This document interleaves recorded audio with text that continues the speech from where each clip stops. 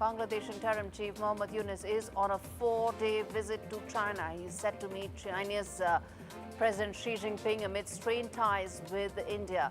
Dhaka and Beijing are set to sign pacts on trade and economy. What does this mean? How does this impact New Delhi? We'll talk more on that. Hundreds in Gaza joined rare protests against Hamas rule, largest anti-Hamas protests in Gaza since the war began. Protesters demand Hamas to step down from power.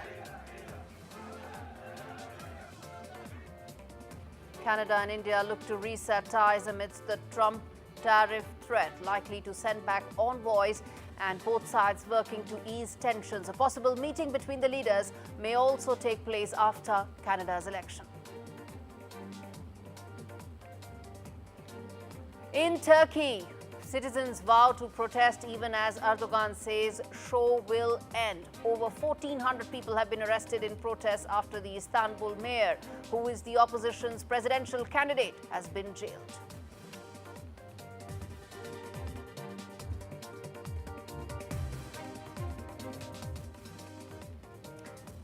First story on the show. India has slammed a US report claiming minorities in India face deteriorating treatment. This is the allegation. In fact, the report has also made sweeping allegations saying that sanctions should be levied because of, again, allegations that are not backed by any facts whatsoever. They've talked about the assassination plots or the alleged assassination plots against Sikh separatists.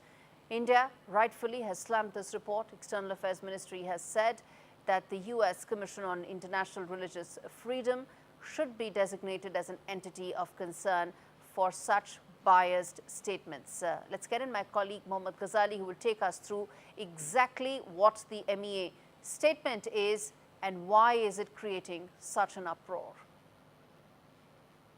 See, the US Religious Freedom Report, which releases its report every year, has been an eye in a storm for the External Affairs Ministry, because the External Affairs Ministry believes that this agency, which releases this report every year, blames India for exploitation of minorities or atrocities against minorities, especially the Muslim community. Last year in 2024, when this report was released, it also cited violence against communities in northeastern region. And even back then, the External Affairs Ministry had reacted sharply, saying that perhaps this agency doesn't understand the societal complexities of India, that India is a multi-ethnic and multi-religious society. And not knowing the exact realities on ground, perhaps this report is very misleading.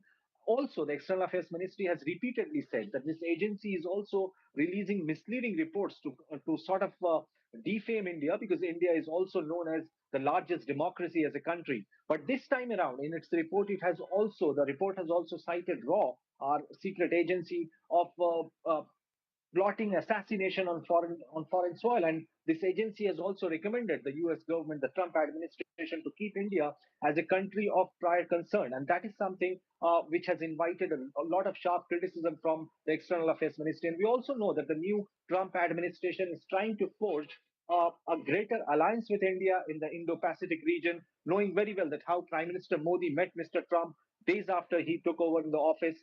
Later, Dr. Jaishankar also met the Quad partners during the swearing-in ceremony there, showing that US is certainly going to ignore this report, largely because the report is non-binding. The administration is not legally bound to sort of adopt all the recommendations of this report. But yet again, the External Affairs Ministry has categorically stated that how this entire agency and its report is rather a matter of concern or an entity of concern, while the report says that India should be a country of concern for the US administration. All right, Mohammad Ghazali, appreciate you putting that in context. As I said, this report has caused an uproar in India, and rightfully so, given its complete lack of facts in saying those allegations. In fact, with a week to go before US President Donald Trump's reciprocal tariffs on India kick in on April 2nd, reports indicate that India is open to cutting tariffs on more than half of American imports. That could be over $23 billion in the first phase of a possible trade deal that the two sides have been negotiating and are hopeful of completing at least partially by the end of this year. Trump's reciprocal tariffs are expected to hit 87% of India's total exports, which could be upwards of $66 billion. There's an American trade delegation that's led by Assistant Trade Representative for South and Central Asia. That's Brendan Lynch, who is currently in New Delhi holding trade talks. New Delhi's last-ditch effort to avert the full impact of Trump's tit-for-tat tariffs. Now, what exactly are the extent of the damages, if at all they do happen on India, is something that we need to understand in greater detail before we try and understand what best possible measures India could take. I want to play out this quick report that my colleague Sakshi Bajaj has filed explaining what all is at stake for India's trade and trade sectors given these tariff threats that are looming large. If the April 2nd reciprocal tariffs announced by US President Donald Trump do indeed go through, then what will be the India impact? That really is the big question. How can reciprocal tariffs impact India?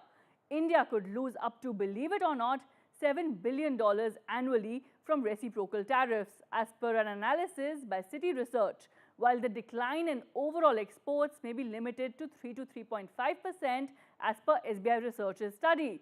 So which sectors are likely to be impacted and how are they likely to be impacted?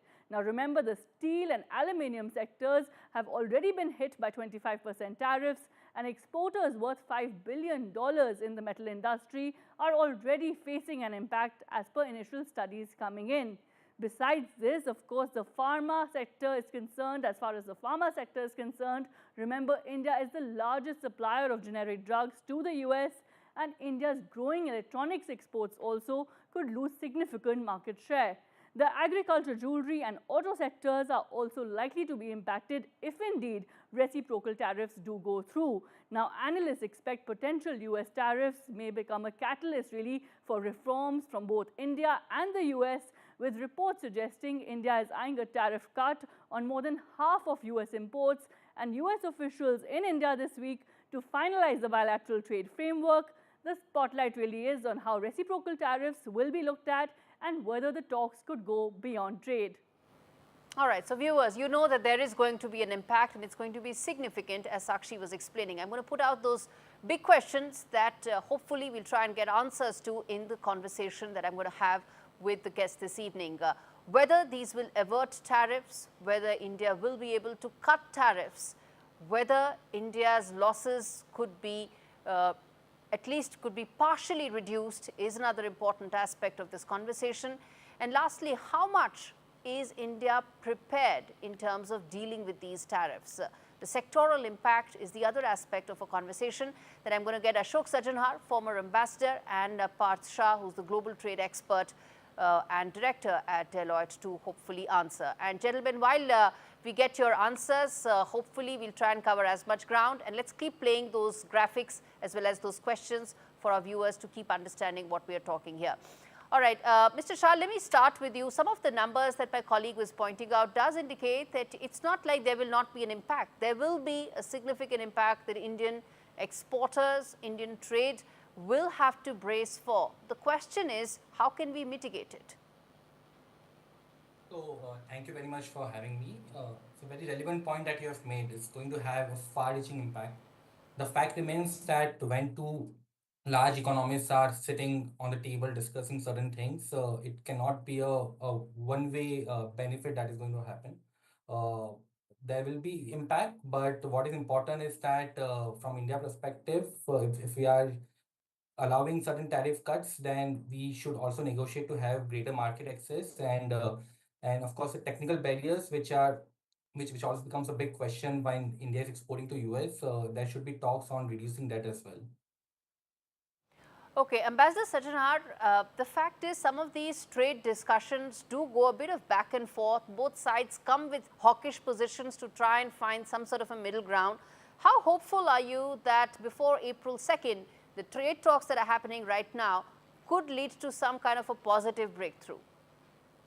Thank you very much for having me. Yes, I think it is, India is negotiating in good faith. India is negotiating in, with goodwill to try to come to a mutually acceptable understanding. You would also have seen, Gaurie, that even in our budget on the 1st of February, we had made some tariff concessions which were targeted particularly to exports from the United States to India.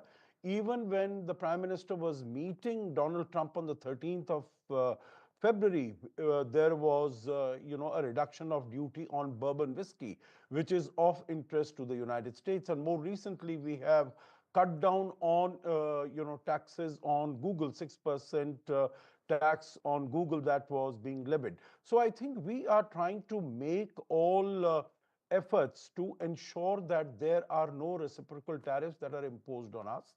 And as you said very correctly, and as Sakshi also in a report said, that there are going to be about $23 billion out of about $46 billion, $43 billion that come to India, exports from the US to India. We are going to cut down on tariffs on those Yes. particular items. So US exports to India would increase. We will have the trade surplus that we have of about Yes. 35 odd billion dollars, that will come down. And of course, the items that you mentioned, whether it's agriculture, whether it's electronics, whether Yes. it is automotive components. The last point that I want to make is, Yes. we want to make certain that they will not have a negative impact on our small scale, medium scale industry, and also on agricultural Okay. products. And that's why we'll have quotas on Okay. the imports that I are was coming coming into to the just United that, States. the quotas, Yes. but I'm going to come to that in a bit. Before that, there are two things I want to address. One is Sure. the fact that the latest S&P Global report that has come out, it came out yesterday, which said that while of course India's exports to the US do constitute about 2.3% of the GDP, there will be an impact. But if you take some of the most contentious issues, which is aluminium and steel, which started the trade war last time around as well, the Indian exposure is actually less than South Korean exposure. Now imagine the size of the Indian economy, the size of the South Korean economy, and then we are actually at a lower impact than Seoul. So which also tells you that one needs to look at this in a more holistic way. Mr. Shah, I want to bring you in on that fact, which is that yes, there will be an impact, but it's not like it's going to be only on India. There are going to be other economies, smaller, with more impact possibly.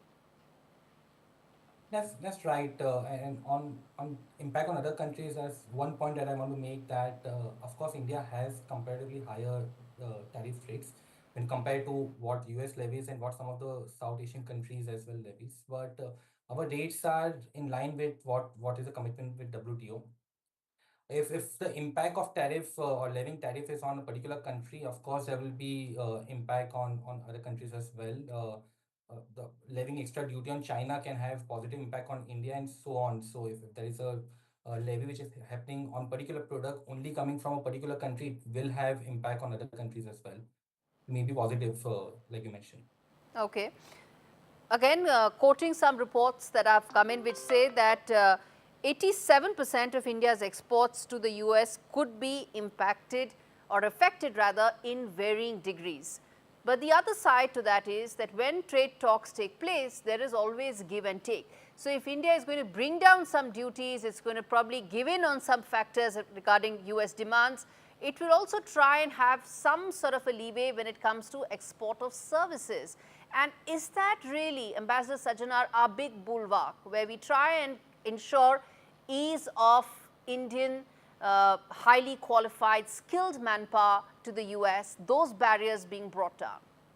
Yeah, that is what we'll be looking at, as far as services are concerned, to enhance our exports of services, because even in the area of services, we do have a small trade surplus with the United States. But I think even in the area of goods, Gaurie, we will try to have more access, because there are some non-tariff barriers in the United States. There are also some peaks as far as products of interest to India are concerned. So I'm sure we are negotiating on those also. So I think we will definitely try to have a balanced outcome, so that we also come back with some takes. It's not only gives as far as we are concerned. But then, of course, we'll really have to wait and see as to how it all pans out, and what happens to the reciprocal tariffs, because Mr. Trump is totally unpredictable. There is nothing that can be said, even if there are decent commitments that are made by India, but still he might think that he has to demonstrate to the world that he's a strong leader, he's a Yes. powerful leader, and he might still go ahead with the tariffs. Indeed. But I think this should be also used as an Unpredictability opportunity. of these trade comment. talks and the trade scenario is something that not just India but the world is bracing for. This is an important conversation, but given the paucity of time, I need to move on. Mr. Shah, thank you so much for joining me today. Ambassador Sajjanar, there's more that Trump is talking about, and I want to introduce you on that as well, which is that US President Donald Trump has renewed his demand for sweeping election reforms in the US, and he cited Indian electoral system as an example of efficiency and integrity. He cited India and other countries as examples, and in fact, President Trump said that the US now fails to enforce basic necessary election protections employed by modern developed and developing countries. And said India, they've been trying and tying voter identification to a biometric database, while the US largely relies on self-attestation for citizenship. That's the kind of disconnect that exists between how the Indian election machinery runs and how the American election machinery runs. Ambassador Sajjanar, the fact is India is not just a vibrant but also the largest democracy. The scale at which we are able to conduct our elections and also bring in technology is something that the world is envying us, no less President Trump. Absolutely. I think it is, India is not only, as you very correctly said, Gaurie, largest democracy. I think India is a veritable role model as far as a democracy is concerned, and particularly, as far as the elections, conduct of free, fair, unbiased elections. That is the linchpin, that is the pivot on which any democracy sort of works and revolves. And Indian, the authenticity of the voters in terms of the credibility of the election, that is very, very strong. And even as far as, once the votes have been cast in terms of counting it, you would remember that even in the presidential election, there are big states like Texas, like California, they continue their counting for weeks on end.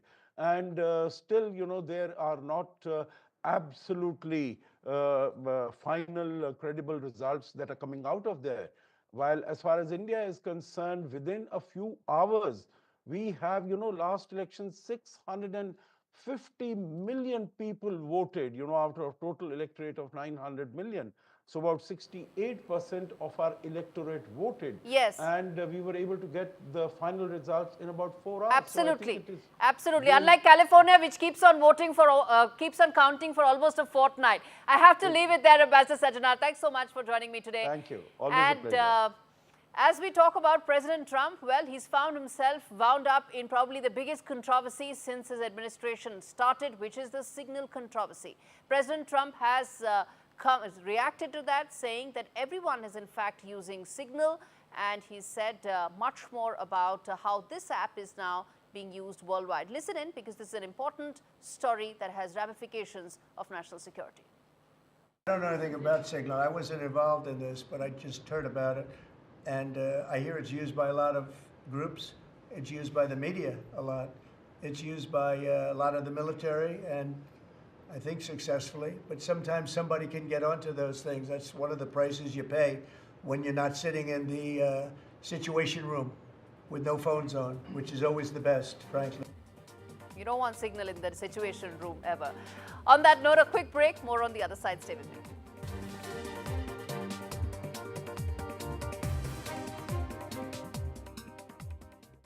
Hi, it's Phoebe from Auto Trader's monthly electric car giveaway, and we're pleased to say that you've won a brand new electric car. It's a dream, honestly, it really is a dream. Oh my god. Me and my boyfriend talk about the Auto Trader competition every single month for this. I was waiting for the know you ever won.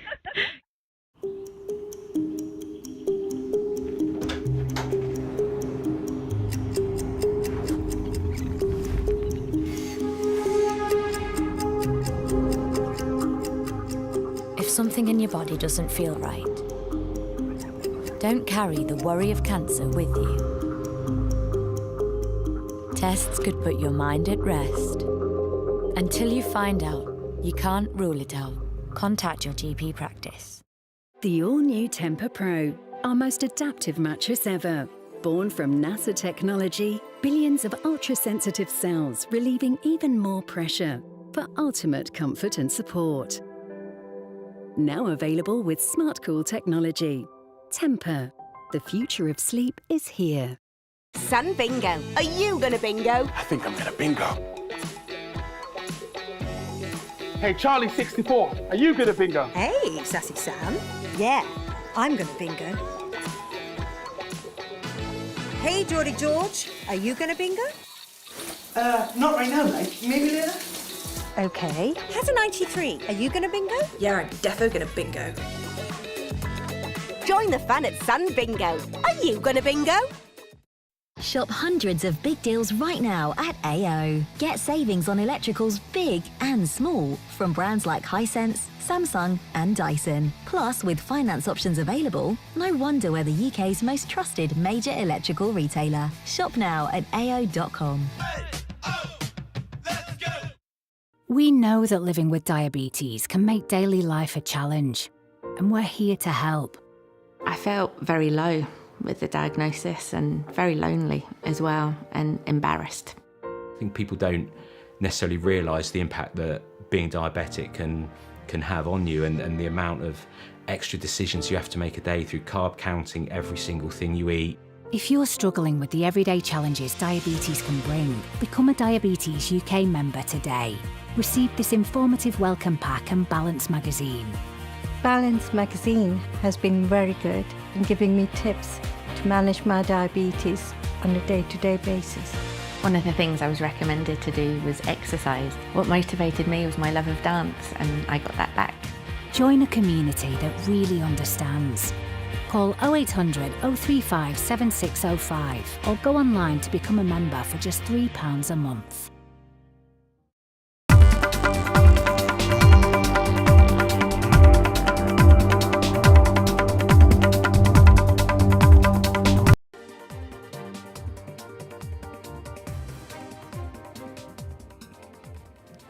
Bangladesh Interim Chief Mohammad Yunus is all set for his first meeting with Chinese President Xi Jinping, as he began his first state visit since taking up the post last year. During the 4-day visit, Bangladesh and China are set to sign several pacts in the areas of labor, economy and technical assistance, and a bunch of other agreements aimed at bringing the two sides closer. And in fact, Bangladesh has said that China is Bangladesh's best friend, closest neighbor, strategic partner, all encomiums that need to be in place to show particularly India that what the China-Bangladesh relationship may look like. Now, what it means and why is this happening? Let's get in Muqtadir Rashid, senior journalist, joining me live from Dhaka to connect the dots. Muqtadir, always good to have you on the show. Let me try and understand from you that what does the visit, the first state visit to China by Mohammad Yunus signify? So of course, it's a very important role because China is playing very crucial role in Bangladesh economy, and of course for the development of multi-billion projects in Bangladesh. So that is very important. But for the Chinese context, it is also important that Dr. Yunus is not an elected government, and he is leading an interim government. For him, it would be for China, it would be very difficult to go with any major political decision to take. I am worried by this kind of visit because it gives some kind of indication that Dr. Yunus wants to cling on the power for a longer period of time, and that is why he needs to show his muscle by visiting different countries like USA, Europe, and of course the Middle Eastern country, and the China is now. And you saw that the flights has been sent to Bangladesh to carry him. The message of going to China is very loud and clear to India, isn't it? Bangladesh and India ties I don't think so. Have I seen don't think so. ups and downs. Right now, there is a bit of a strain. The fact that he's chosen China, it sends a message to New Delhi. I don't think so. I don't think so. Bangladeshi people even don't care to go for any binary, like whether I can have relation with China or India. So I don't. That's not viable for Bangladesh. We should have a relation with both China and India. And India is not our enemy and not the China. So we can have relation with both the countries.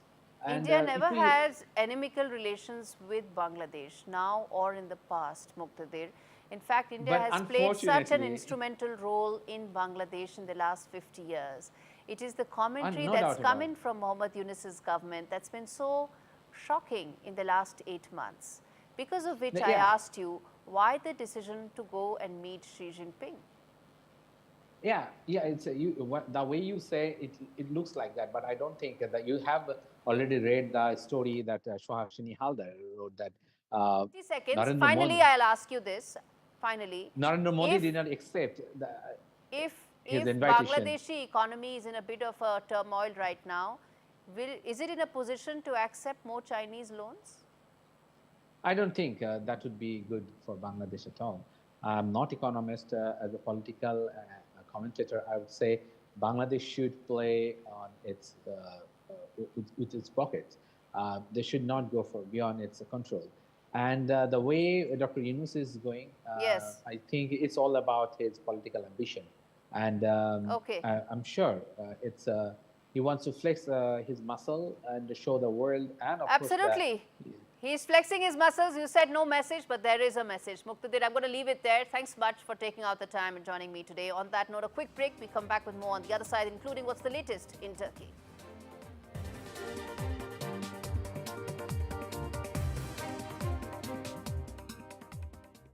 In today's interconnected world, India's voice is more crucial than ever. When India speaks, the world listens. At NDTV World, we are that voice, bringing you intelligent and insightful news from India and beyond. From geopolitics and diplomacy to economic shifts, migrations, tech disruptions, and the stories of our diaspora. We cover the news that shapes our global future. NDTV World, your new home for global news is here. From interesting tech startups to industry-leading companies, politics, sports, culture, curry, cricket. Oh, there's so much to talk about. Like me, if you too thrive on interesting conversations, this is a show you cannot miss. Watch this space to know more about all matters and all people that make Britain what it is today. Out of Britain, with me, Radhika Iyer.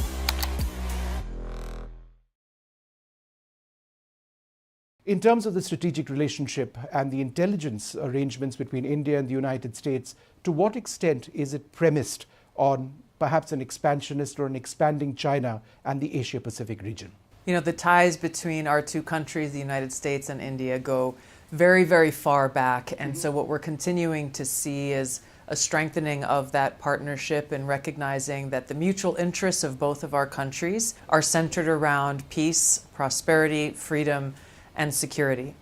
So now as we see a new administration coming in with President Trump's leadership in the United States, of course, Prime Minister Modi's long-standing leadership here in India, we have two leaders of our two great countries who are very good friends and who are very focused on how we can strengthen those shared objectives and those shared interests. The other big international talking point is obviously the situation between Russia and Ukraine, and we're all optimistic, and I've covered the war 3 times. Be that as it may, if President Putin doesn't come on the table with the peace agreement which has been proposed by the United States, can Washington indefinitely keep arming Ukraine and, in a sense, allowing them to continue their fight? President Trump is seeing this ongoing conflict with very clear eyes. And he has made his position and his priority very clear, which is to bring about an end to this war. So he is focused on peace. The negotiations have just begun. He's looking forward to success in those negotiations, not for himself, but for the cause of peace and to stop the killing of innocent and taking of innocent lives there. So he has the best negotiators working with both the Ukrainians and with Russia and with Putin. And we look forward to seeing the continued progress that we've already seen over a very short period of time.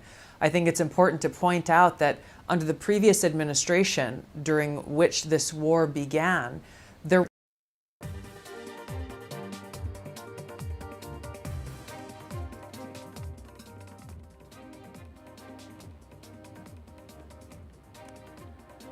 now focus on what's unfolding in Gaza. Well, there's an unprecedented series of protests that have erupted against Hamas, with hundreds of Palestinians risking their lives to demand an end to the war and the group's oppressive rule. Demonstrators are chanting Hamas out. They want peace.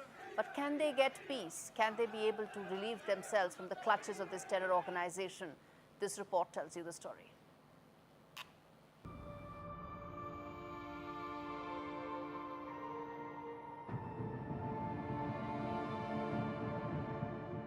As the war rages on in Gaza, a rare and powerful display of defiance emerges from the very heart of the conflict.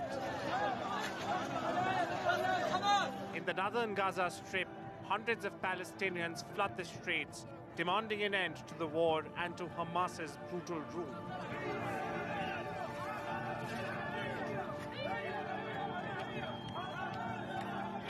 Chants echo across Gaza, Hamas out, we want to eat, and the people want to overthrow Hamas.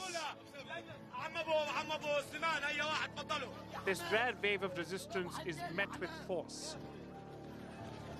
as Hamas militants attempt to crush the uprising. Under the watchful eyes of Hamas, these brave citizens are risking everything to voice their pain. A message from the rubble: enough with the war. The protests spread first Beit Lahia, then Jabalia, and now across Gaza. In the face of death and destruction, their message is clear. They want peace, not power struggles. These courageous voices demand that Hamas end the suffering, step down, and let the people rebuild their lives.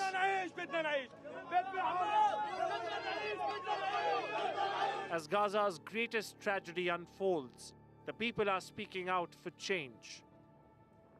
Will their voices be heard, or will silence continue to reign? Bureau Report, NDTV World.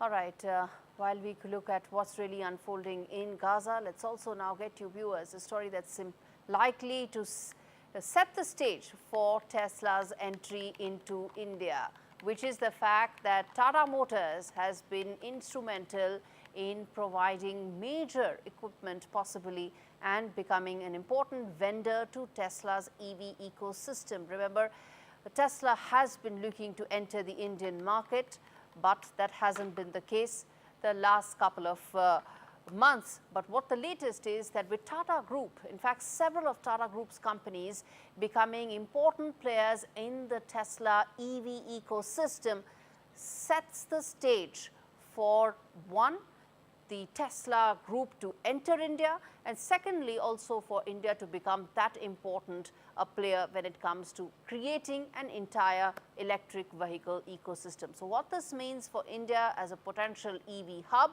what this means for Tesla's ecosystem. Let's now get in an important guest joining me this evening to talk more about the implications of this, which is Hormoz Sorabji, editor of Autocar India.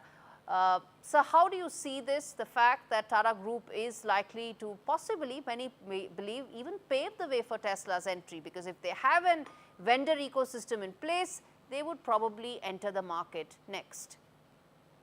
Well, I think, we just got to hold ourselves back. I know it's very exciting. Two companies that are loved, Tata in India and Tesla in America. Well, I don't know how much Tesla is being loved these days, especially in the last few months. But I think, Tata becoming a supplier, we have to see, at what level of the supplier ecosystem they're a part of. You've got a lot of Indian suppliers. So, Tata is just another supplier. I mean, for example, Tata does, let's say, supply products and services to other global OEMs. I think TCS, for example, does a lot of work for the Stellantis group globally. So it's nothing unusual. I don't think it's anything, that is absolutely groundbreaking in that sense. And also, just by an Indian company supplying to Tesla doesn't necessarily mean that they are coming to India. For example, Sona Comstar is one company that's been supplying to Tesla for years. But obviously they're looking at India as, let's say, if Indian companies become important in the supply chain of or the global supply chain of Tesla, then it makes a case for the company to evaluate India options that much more seriously. That was the predicate. It does. But we also have to see what model they can bring. I don't see them setting up shop very soon. What could be an interesting possibility is if they do contract manufacturing. Now that would be, quite something. If Tata Motors or Tata Group, for example, did contract manufacturing for Tesla, in which case Tesla did not have to invest in setting up a plant and all the tooling for it, and they use some of Tata Motors' existing capacity, to produce cars over here. Now that would be a big deal, but I think just being a supplier, it really is something which it's not unusual, as I said, for Indian companies to supply to global companies for global markets. So, but I think Tesla, one needs to just hold back on it. I think Tesla is facing its worst period ever. Sales have been dropping everywhere. In Europe, it's down 50%. In Germany, particularly, it's 70%. Tesla showrooms and cars are getting vandalized. I think everyone knows the reason. It's Elon Musk's complete alignment with the Trump administration, which hasn't been appreciated in a lot of places. So I think as well, the stock prices has completely tumbled. So Tesla isn't in good shape right now. And I don't think at this point, India is a big enough market or an exciting market to enter. Yeah. That's an important point, that there are several factors at play, of course, which decide what is the right time to enter any market. Finally, Mr. Sarabji, very quickly, when we talk about the EV ecosystem in India, it's still in a developing phase. Do you think it could give an impetus for India to become an EV hub? I mean, Tesla is only part of the story. The fact is that how will India get on to be the EV hub is the part. Well, I think, again, I don't think Tesla, you basically need volumes and scale. So you have to look at the manufacturers that can bring you volumes and scale in the EV market or segment to really grow the supply system. I don't think Tesla is a company that is going to come in with huge volumes. You've got to be looking at other players. You've got to be looking at, what Hyundai is planning to do, what Kia is planning to do, what our local players are planning to do, especially Mahindra, which has got huge bookings for its 2 new EVs. So as you get the volume, you can invest more and more in localization. And finally, it's the battery cell, which is still not localized, which is still being imported, which finally, should be localized. Absolutely. We leave it there. Hormuz Sarabji, editor of Autocar, joining us for Tesla's possible entry into India, given that Tata Group now is playing a major role in the company's supply chain. On that note, a quick break. More on the other side. Stay with me.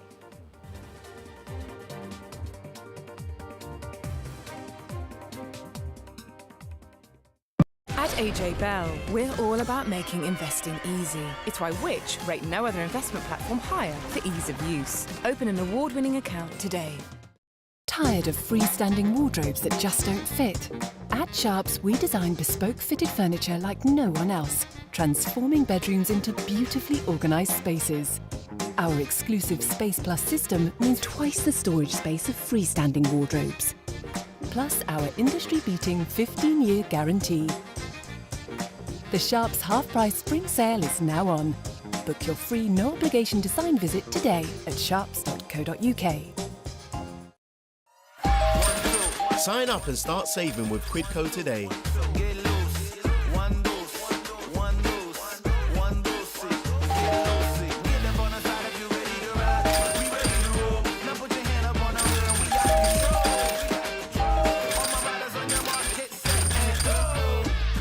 Get cashback every time you shop on over 5,000 brands.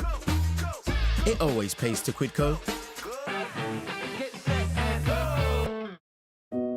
Family life. It's made of ups and downs, and those little moments. But should the unthinkable happen to you?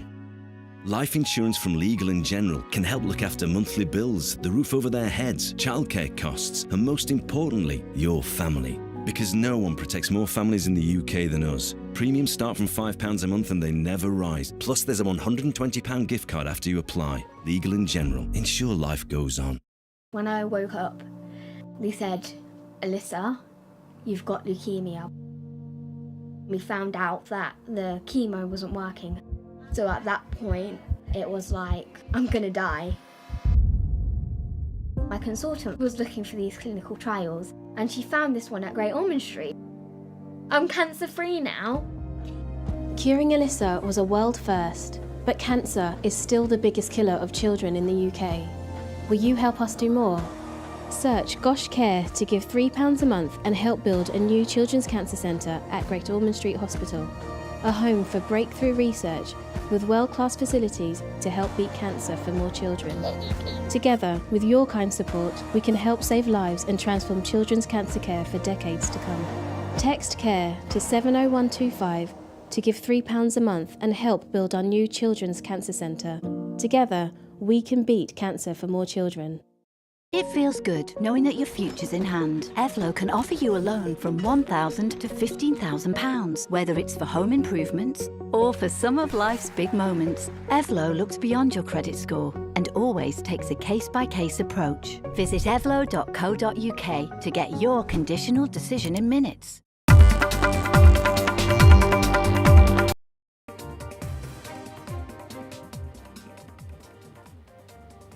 So what's happening in Turkey? Thousands of people have now come out, and in fact they've turned out for the 7th night of protests, which has so far seen more than 1,400 people being detained, including students, journalists, lawyers. Anti-government protesters say they plan to keep up the campaign of demonstrations that have been triggered by the jailing of Istanbul's mayor. This is the biggest such opposition action in over a decade. Despite mass arrests and clashes with police, the nightly unrest began last Wednesday when the city's mayor, who is seen as the President Erdogan's main political rival, was arrested on corruption charges. Rights groups, the UN, have all condemned the arrest and the use of force by police on these protesters. In fact, the mayor said the allegations against him were politically motivated, a claim that the Turkish president has denied. But is democracy in Turkey now in deep danger? That's the question I'm going to put forth to the panelists joining me, which is Professor James Dorsey. He's a Middle East expert, adjunct senior fellow at the Singapore University, Rajaratnam School of International Studies, and I also have Professor Harsh Pant of the ORF as well. In fact, let me start with you, Mr. Dorsey. The fact that these protests have been unprecedented, the fact that they are coming in at a time when Erdogan's 22-year-old reign is really in jeopardy. How do you see these protests from here on, the fact that they continue despite almost a week? Well, I think that they are as resilient in their will to take the risk of protesting as they were in 2013 during the Gezi Park protests. This is a serious crisis for Erdogan. Now, having said that, Turkish democracy has been on the slide, certainly since the failed coup attempt in Turkey in 2016. And what we're seeing now is a serious response to that slide in democracy at a moment at which Erdogan is uncertain about his political future and is trying to shape it with the arrest and charging of Ekrem İmamoğlu, the mayor of Istanbul. Indeed. Professor Pant, you want to comment on the fact that when it comes to giving lectures, Turkey is probably the first one giving lectures to the world over when it comes to democracy, freedom of speech and expression and so on and so forth. But look at what is happening in its own house. Indeed, I think Erdogan is now facing one of the most serious crises he has faced in recent times, although one must admit that he retains control over most levers of power in Turkey, and he has shown incredible resilience himself in ensuring that all kinds of movements peter out and that the opposition to him is sidelined. But I think in the Istanbul mayor who's being now targeted, he has now a formidable adversary and a challenger who is actually challenging the very foundations of what he stands for. And at a time when Turkish economy is not doing very well, there are huge, there's a serious problem. So, the slide towards authoritarianism, the lack of basic freedoms, and the challenge to the basic norms of democracy that we have seen in Turkey, they continue to resonate in more ways than one. And I do think that is the biggest challenge for Erdogan and his approach both to domestic affairs and foreign policy.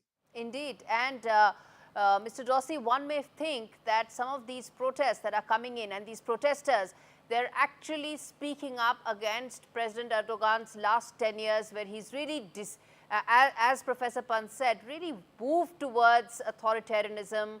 All voices of dissent have been cracked down.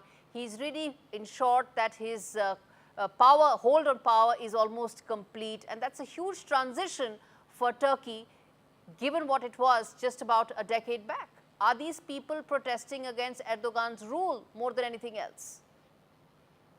Well, first of all, this is a process that has been going on since 2011 and really started with a battle over between an Erdogan ally at the time, a preacher who ultimately went into exile in the United States and has died in recent years, but nonetheless was a preacher who had enormous influence within the Turkish bureaucracy. And those two men split for all practical purposes in 2011. And you've seen the slide in democracy occur ever since, and accelerated by the failed coup in 2016. Indeed, this is a revolt against his authoritarian and autocratic rule. And I think, as my colleague said, it is true that Erdogan holds all the levers of power, but this is probably the greatest challenge to his rule, alongside the failed coup and the 2013 protests. Pant, how do you see these protests in terms of moving on from here? Do you see them probably having the full circle, where some of the other countries in that region have seen, for want of a better word, revolutions, which came from these protests and similar protests? Do you envisage a similar road for Turkey as well? You're on mute. Yeah, sorry. It's difficult to say, Gaurie, because we know that in the past there have been several attempts, there have been several protests, there have been several movements in Turkey, and as Professor Dossi was suggesting, it has been a constant flow of disaffection with Erdogan, and we saw how he manipulated the last elections. So in a sense, his ability to manipulate, his ability to centralize power and to use that power against a wider democratic mandate and movement has been quite unprecedented. But I do think that what these, the resilience of these protests, that we have had so many people behind bars, so much, and he has publicly stated his position that he looks this as a very serious public challenge. Despite those statements and despite the actions of the state machinery, the people of Turkey, Istanbul, they keep on protesting, they keep on turning out in huge numbers, Yes. and the resilience that they have shown perhaps tells you that the disaffection is growing, and that you should be careful about. Indeed. And as we wrap this up, gentlemen, I'm just going to put out one of the slogans that has been really popular with the placards in the protests is, "If we burn, you'll burn with us." Of course, that's a message to Erdogan and his regime, which is really facing immense pressure right now from these protesters. Thank you so much, gentlemen, for joining me today on India Global. And in fact, I'm going to stay with this region. We played out that report for you as to what really is happening in Gaza. There are people now asking Hamas out. They're chanting that. Let's get in Colonel Rajiv Agarwal to understand how significant those protests are. We've talked about the protests in Turkey. We move on to the protests in Gaza. How significant are they, Colonel Agarwal?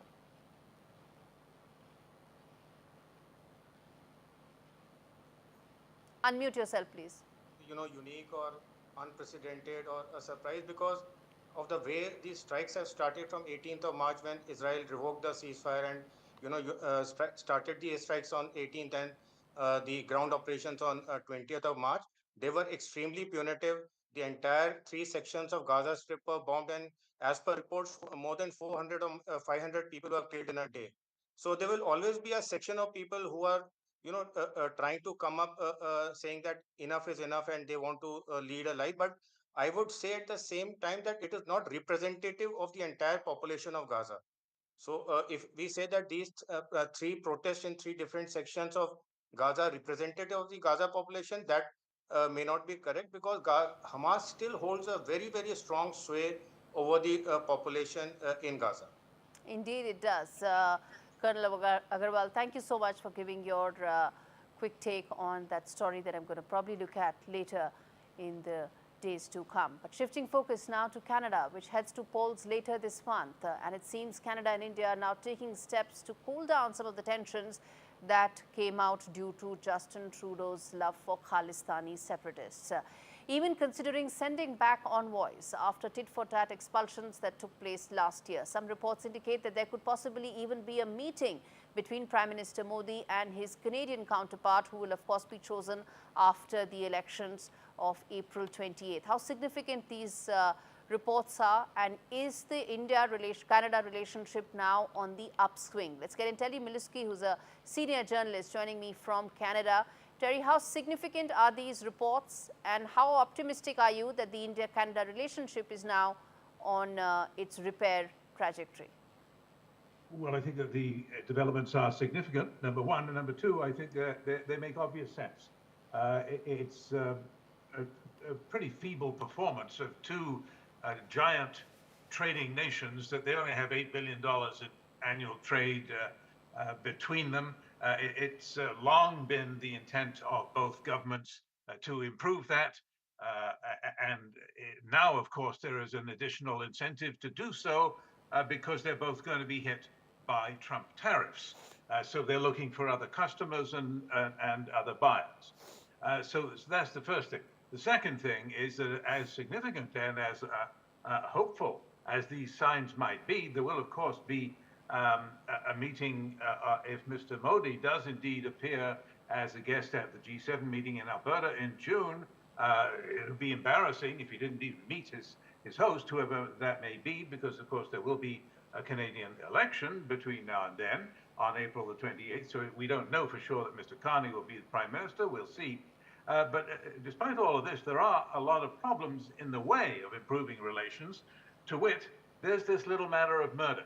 And that has not been resolved. I don't think that any Prime Minister, whether it's Mr. Carney or his rival, Mr. Poilievre, can just sweep it aside and tell the police, look, it's politically a little inconvenient right now to be accusing the Indian diplomats of being involved in murder. Can we just quietly drop this? That's not how it's going to work at all.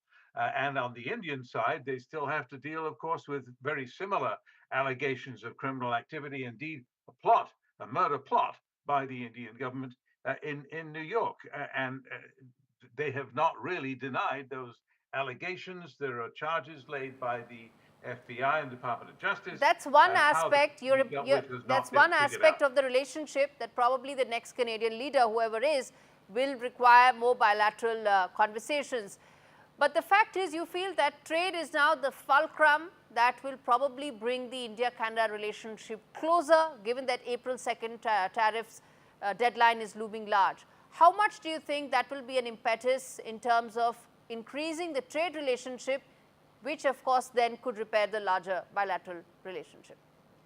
Yes, I mean, when there's money on the table and a great deal of money and a great deal of trade, it's amazing, isn't it, how quickly enemies become friends.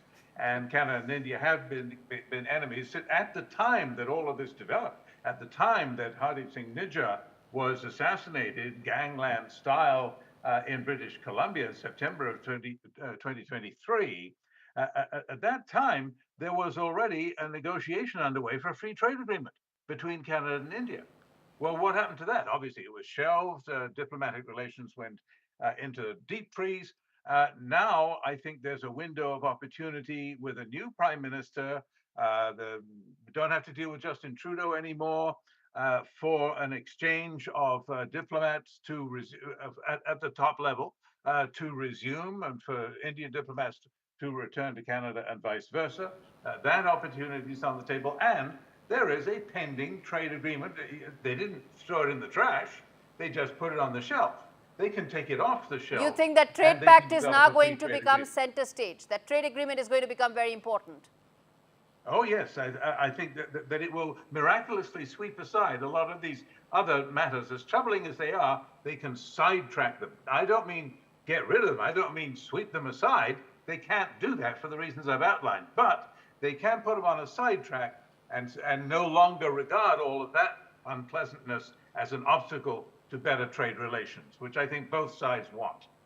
Differences outside of trade will not be in a position to hijack the relationship. That's essentially what it could end up. Finally, very quickly, running out of time, how important do you think these issues could be in the run-up to the election? There's now an election campaign that's underway.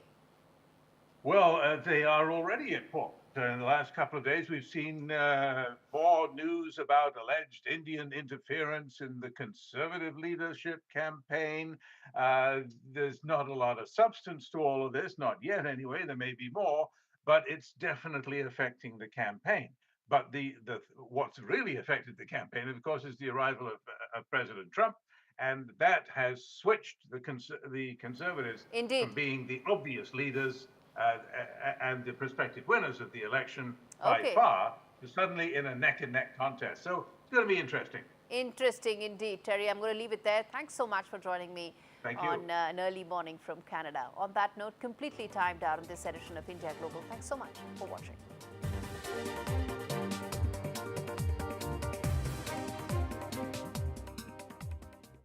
In today's interconnected world, India's voice is more crucial than ever. When India speaks, the world listens.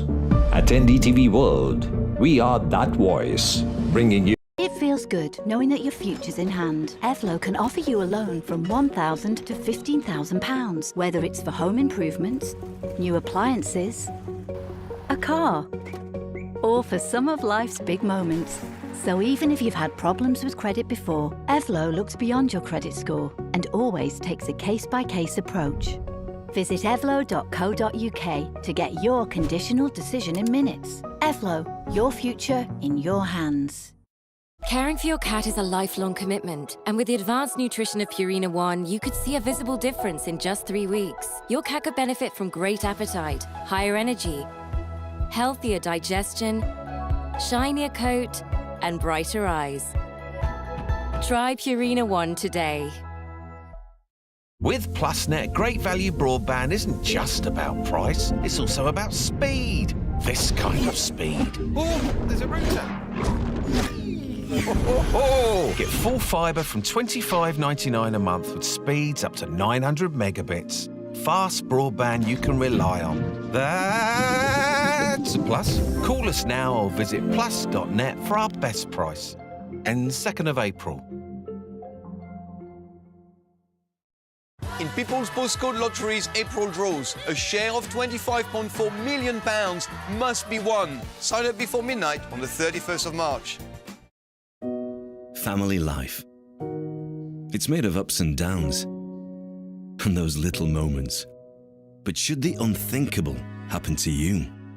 Life insurance from Legal & General can help look after monthly bills, the roof over their heads, childcare costs, and most importantly, your family. Because no one protects more families in the UK than us. Premiums start from £5 a month and they never rise. Plus there's a £120 gift card after you apply. Legal & General. Ensure life goes on. At Direct Line, we know that for multi-property landlords, sometimes the tiniest of things can turn into way bigger problems. From niggly contract issues to keeping up with ever-changing legislation. That's why Direct Line's landlord insurance offers a 24/7 legal helpline as standard. Because a call with someone could help to make the hairiest of problems feel that little bit smoother. Search Direct Line Landlord Insurance. We're on it.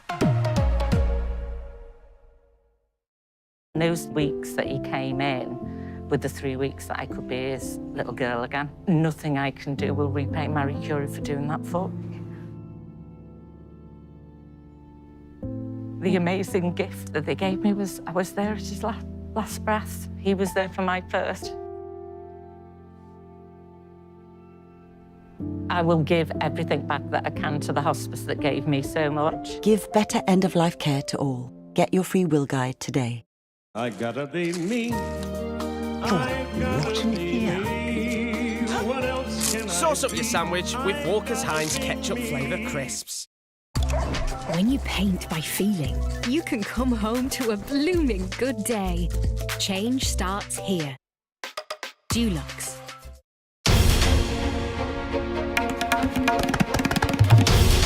This is NDTV, and you're watching NDTV 24/7. Southern View, I'm Veera Raghav. Lots lined up on the show, including our special focus on the Mohanlal starrer L2E Empuran amidst a Sabarimala prayer controversy. But first, the headlines we're tracking this up. A day after his meeting with Home Minister Amit Shah, AIDMK Chief Yedappadi Palaniswamy does not rule out the possibility of an alliance with the BJP for the 2026 Tamil Nadu elections. Will all sections of his party rally behind him? In Karnataka, BJP expels party MLA Basanagowda Patil Yatnal for repeatedly hitting out at BS Yediyurappa and party president BY Vijendra. Is this a clear message from the top over who's in charge in Karnataka? Black is beautiful. Yes, ma'am, it is. Kerala Chief Secretary's bold statement receives widespread support as she hits out at stereotypes on dark skin, says black color is the all-pervasive truth of the universe.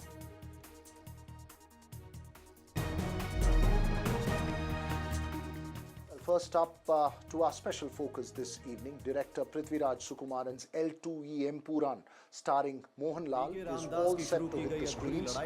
All eyes on what's been reported as Malayalam cinema's most expensive film.